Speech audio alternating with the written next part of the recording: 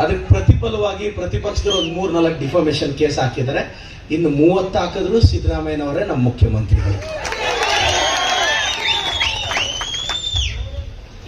ಯಾಕೆ ಹೇಳ್ತಾ ಇದ್ದೀನಿ ಅಂದ್ರೆ, ಒಬ್ಬ ಸಾಮಾನ್ಯ ಹುಡುಗ 2 ಬಾರಿ ಮುಖ್ಯಮಂತ್ರಿ ಆಗೋದು, ಪಂಚಾಯತಿ ಮೆಂಬರ್ ಆಗೋದು ಕಷ್ಟನಾ?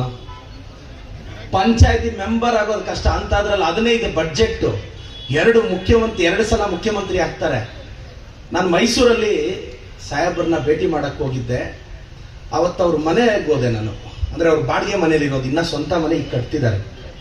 ಆ ಮನೆ ಬಾಡಿಗೆ ಮನೆಗೆ ಹೋಗಿದ್ದೆ. ಅಣ್ಣ, ಚಿಕ್ಕ ಮನೆ ಅಣ್ಣ, ತುಂಬಾ ಚಿಕ್ಕದು. ಈ ರಾಜ್ಯದ 15 ಬಡ್ಜೆಟ್ ಮಂಡಿಸಿದವರು ಇವತ್ತು ಒಂದು ಆಸ್ತಿ ಮಾಡಿಲ್ಲ, ಆಸ್ತಿಯಿಂದ ಓದೋರಲ್ಲ, ಕುಟುಂಬ ರಾಜಕಾರಣ ಮಾಡಿದವರಲ್ಲ. ಇವತ್ತು ಸಿದ್ದರಾಮಯ್ಯ ಸಾಹೇಬರು ಶ್ರೀಮತಿಯವ್ರನ್ನ ನಾವ್ಯಾರು ನೋಡಕ್ ಸಾಧ್ಯನೇ ಇಲ್ಲ. ಕುಟುಂಬನ ಅವ್ರು ಮೇನ್ ಸ್ಟ್ರೀಮ್ಗೆ ತರಲಿಲ್ಲ. ಆದ್ರೆ ಅವ್ರ ಬಗ್ಗೆ ಇಲ್ಲ ಸಲ್ಲದ ಆರೋಪ ಮಾಡಿ ಇದು ಮಾಡಿದ್ರು. ನಾವೆಲ್ಲರೂ ಸಿದ್ದರಾಮಯ್ಯ ಸಾಹೇಬ್ರ ಜೊತೆ ಇದ್ದೀವಿ. ನಾವು ಅನ್ಕೊಂಡ್ವಿ, ಅಣ್ಣ ಇವತ್ತೊಬ್ಬ ನಗರಸಭೆ ಮೆಂಬರ್ ಇದ್ದಾನೆ ನೋಡಿ ಮನೆ, ಆ ಮನೆಯಲ್ಲಿ ಅರ್ಧ ಇಲ್ಲ ನಮ್ಮ ಸಿದ್ದರಾಮಯ್ಯ ಸಾಹೇಬ್ರ ಮನೆ. ಅದು ಅವರ ಪ್ರಾಮಾಣಿಕತೆ, 40 ವರ್ಷದ ರಾಜಕಾರಣ. ಅದು 40 ವರ್ಷ ಅಂತ ಮಹಾನ್ ವ್ಯಕ್ತಿ ನಿಮ್ಮ ಸಮುದಾಯದಲ್ಲಿ ಹುಟ್ಟಿದ್ದಾನೆ ಅಂತ ಅನ್ನೋದೇ ಗ್ರೇಟು ಸರ್. ಒಬ್ಬ ವ್ಯಕ್ತಿ ನೋಡಿ, ಕುಲದಲ್ಲಿ ಒಬ್ಬ ಒಳ್ಳೆಯವನು ಹುಟ್ಟಿದ್ರೆ, ಇವತ್ತು ನಾನು ಘಂಟಾಘೋಷವಾಗಿ ಹೇಳ್ತೀನಿ, ಕರ್ನಾಟಕದಲ್ಲಿ ಕುರುಬರ ಸಮುದಾಯಕ್ಕೆ ಗೌರವ ಬರಕ್ಕೆ ಕನಕದಾಸರು ಎಷ್ಟು ಮುಖ್ಯನೋ ಸಿದ್ದರಾಮಯ್ಯನವರು ಅಷ್ಟೇ ಮುಖ್ಯ. ಅಷ್ಟೇ ಮುಖ್ಯ. ಅವರ ನೇರವಂತಿಕೆ ಯಾರಿಗೂ ಎದುರಲ್ಲ. ಅವರು 2ನೇ ಬಾರಿ ಮುಖ್ಯಮಂತ್ರಿಗಳಾಗಿದ್ದಾರೆ. ಅವರೇ ನಮ್ಮ ಮುಖ್ಯಮಂತ್ರಿಗಳಾಗಿರ್ತಾರೆ.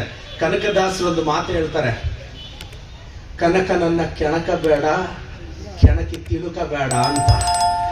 ಸಿದ್ದರಾಮಯ್ಯನನ್ನ ಕೆಣಕ ಬೇಡ, ಕೆಣಕಿ ತಿಳುಕ ಬೇಡ ಅಂತ ನಾನು ಹೇಳ್ತಾ ಇದ್ದೇನೆ. ಕನಕದಾಸರೊಂದು ಪದ್ಯ ಹೇಳ್ತಾರೆ, ನೀ ಮಾಯೆಯೊಳಗೋ ನಿನ್ನೊಳಗೆ ಮಾಯೆಯೋ, ನೀ ದೇಹದೊಳಗೋ ನಿನ್ನೊಳು ದೇಹವೋ ಅರಿಯೇ, ಬಯಲೊಳಗೆ ಆಲಯವೋ ಆಲಯದೊಳಗೆ ಬಯಲು, ಬಯಲು ಆಲಯವೆರಡು ನಯನದೊಳಗೋ, ನಯನ ಬುದ್ಧಿಯ ಒಳಗೋ ಬುದ್ಧಿ ನಯನದ ಒಳಗೋ, ನಯನ ಬುದ್ಧಿಗಳೆರಡು ನಿನ್ನೊಳಗೋ ಹರಿಯ, ಸವಿಯು ಸಕ್ಕರೆಯೊಳಗೋ ಸಕ್ಕರೆ ಸವಿಯೊಳಗೋ, ಸವಿಯು ಸಕ್ಕರೆ 2 ಜಿಜ್ಜೆಯೊಳಗೋ, ಜಿನ್ನೆ ಮನಸ್ಸಿನ ಒಳಗೋ ಮನಸ್ಸು ಜೀಫೆಯ ಒಳಗೋ, ಜೀಫೆ ಮನಸ್ಸುಗಳೆರಡು ನಿನ್ನೊಳಗೆ ಅರಿಯ, ಕುಸುಮದಲ್ಲಿ ಗಂಧವೋ ಗಂಧದಲ್ಲಿ ಕುಸುಮವೋ, ಕುಸುಮ ಗಂಧಗಳೆರಡು ಅಗ್ರಣದೊಳಗೋ, ಅಸಮಭವ ಕಾಗಿನಲೆ ಆದಿಕೇಶವರಾಯ, ಉಸುರೆನ್ನವಳ್ ಎಲ್ಲ ನಿನ್ನೊಳಗೆ ಹರಿಯೆ ಅಂತ ಅವ್ರು ಬಹಳ ಅದ್ಭುತವಾಗಿ ಬರೆದಂತ ವ್ಯಕ್ತಿ. ಅವ್ರನ್ನ ಸ್ಮರಿಸ್ತಾ ನಾನು ಈ ಸಮುದಾಯದ ಮುಖಂಡರನ್ನೆಲ್ಲರೂ ವಿನಂತಿಸ್ತೇನಣ್ಣ.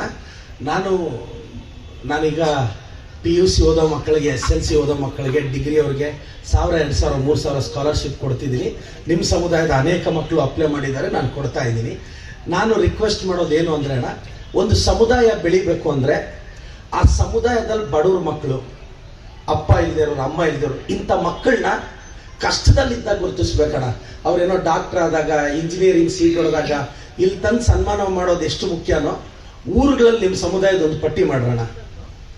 ಅಪ್ಪ ಅಮ್ಮ ಇಲ್ದಿರೋರು ಇವತ್ತು ಕರ್ನಾಟಕದಲ್ಲಿ MLA ಆಗಿಲ್ವೇನಣ್ಣ? ನಮ್ಮಂಥವ್ರೇನಣ್ಣ ಈ ರಾಜ್ಯನ ರೂಲ್ ಮಾಡೋದು. ಅಪ್ಪ ಅಮ್ಮ ಇಲ್ದಿರೋ ಮಕ್ಕಳು, ಅಪ್ಪ ಅಥವಾ ಅಮ್ಮ ಇಲ್ದಿರೋ ಮಕ್ಕಳು ಕಷ್ಟ ಗೊತ್ತಿರುತ್ತೆ. ನಿಮ್ಮ ಸಮುದಾಯದಲ್ಲಿ ಅಂತ ಮಕ್ಕಳು, ತಂದೆ ಇಲ್ದಿರೋ ಮಕ್ಕಳು, ತಾಯಿ ಇಲ್ದಿರೋ ಮಕ್ಕಳು ಇರ್ತಾರೆ. ಅವ್ರದ್ದೊಂದು ಪಟ್ಟಿ ಮಾಡಿ ಅಂತ ಮಕ್ಕಳನ್ನ ಗುರುತಿಸೋಣ. ತಂದೆ ತಾಯಿ ಇಲ್ದಿರೋ ಮಕ್ಕಳ ಜವಾಬ್ದಾರಿನ ಎಲ್ಲರೂ ಸೇರಿ ತಗೊಳ್ಳೋಣ. ಒಂದಷ್ಟು ಜನ ಪಟ್ಟಿ ಮಾಡಿ, ನಮ್ಮ ತಾಲೂಕಲ್ಲಿ, ಜಿಲ್ಲೆಯಲ್ಲಿ ಪಟ್ಟಿ ಮಾಡಿ, ತಾಲೂಕಲ್ಲಿ ಪಟ್ಟಿ ಮಾಡಿ, ಆ ಮಕ್ಕಳದೆಲ್ಲ ಒಂದು ಸರಿ, ಈ ಮಗುಗೆ ತಂದೆ ತಾಯಿ ಇಲ್ಲ ಸರ್ ಅಂತೇಳಿ ನನ್ನ ಕೈಯಲ್ಲಿ ನಾನು ಏನಾಗುತ್ತೋ ಆ ಮಕ್ಕಳಿಗೆ ದಾರಿ ತೋರಿಸೋ ಪ್ರಯತ್ನ ಪಡ್ತೀನಿ. ಏನಾದರೂ ಒಂದು ಬದಲಾವಣೆ ತರೋಣ.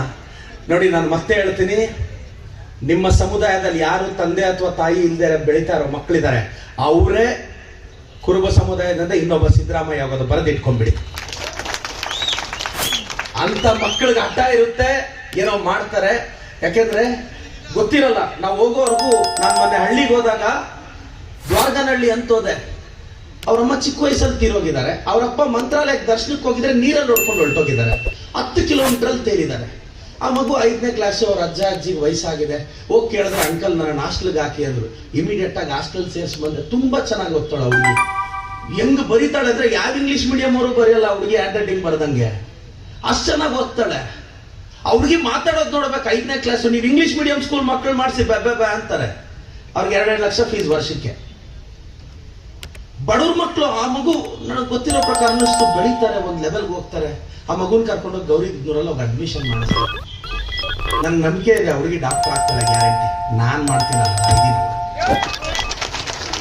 ನನಗೆ ಈ ಸಮುದಾಯದ ಲೀಡರ್ಸ್ನ ನಾನು ಒಂದೇ ವಿನಂತಿಸೋದು, ಅಣ್ಣ ನೆಕ್ಸ್ಟ್ ನಮ್ಮ ಏನು ಜಯಂತಿ ಇದೆ ಆ ಭವನದಲ್ಲಿ ಮಾಡ್ತೀವಿ. ಆವತ್ತಿಗೆ ನಮ್ಮ ತಾಲೂಕಲ್ಲಿ ಅಪ್ಪ ಅಮ್ಮ ಇಲ್ದಿರೋ ಮಕ್ಕಳದ್ದು ಒಂದು ಪಟ್ಟಿ ಮಾಡಿ, ದಯವಿಟ್ಟು ಅಪ್ಪ ಅಮ್ಮ ಇಲ್ದಿರೋ ಮಕ್ಕಳದ್ದು ತಾಲೂಕಲ್ಲಿ ಮಾತ್ರ ಪಟ್ಟಿ ಮಾಡಿ ಅಣ್ಣ. ಜಿಲ್ಲೆ ಎಲ್ಲ ಕಷ್ಟ ಆಗುತ್ತೆ ನನಗೆ.